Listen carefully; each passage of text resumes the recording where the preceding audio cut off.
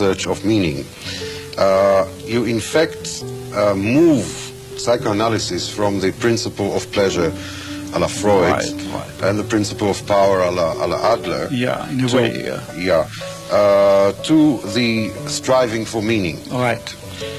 Can you yourself answer, because you posed all in each situation, or to invoke a favorite saying, dictum in my theory and in my teaching practice, the words by Hillel: if I'm not doing it, who will do it? If I'm not doing it right now, when shall I do it? This means that what is transitory in life is solely a given situation, including the potential meaning offering an individual.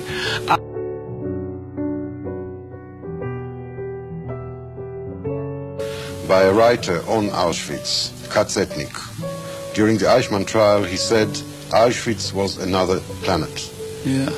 According to your book, it wasn't. It was the same planet, is suffering.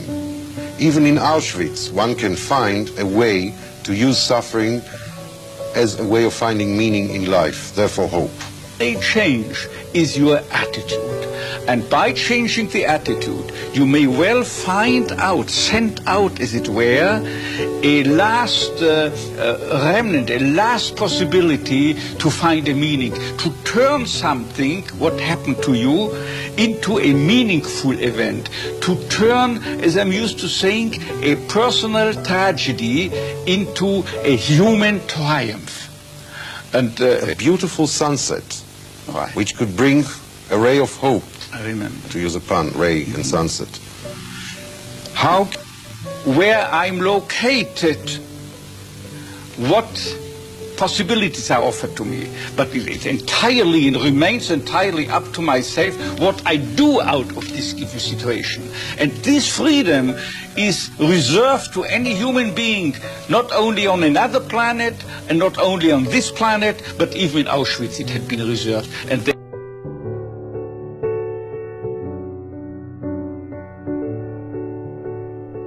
third aspect included in the dictum by Hillel was, if I'm not doing, who else? If I'm not doing right now, when should I do it? But if I'm doing it only for my own sake, what am I?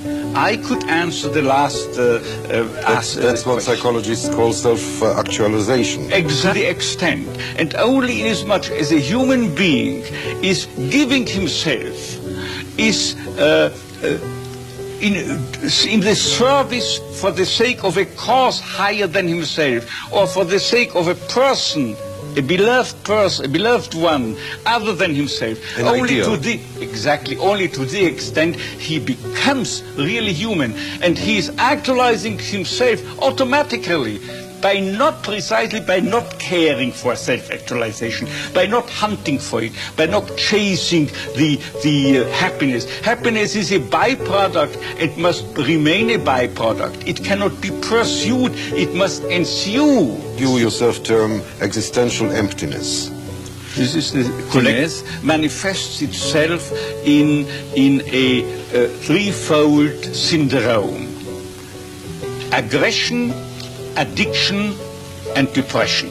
Suicides, drugs, and established between myself and the task waiting for me, or between the actual state of affairs and the ideal state one. This elicits striving. This is a challenge, and people, particularly young people, need a challenge. And this is exactly what helps survive even Auschwitz and Dachau and so forth. And where is religion in all that? Religion is a way, perhaps the best way to find a meaning in life, a concrete meaning. For one of that psychotherapeutic technique called logotherapy, which is a meaning-oriented, a meaning-centered type of psychotherapy.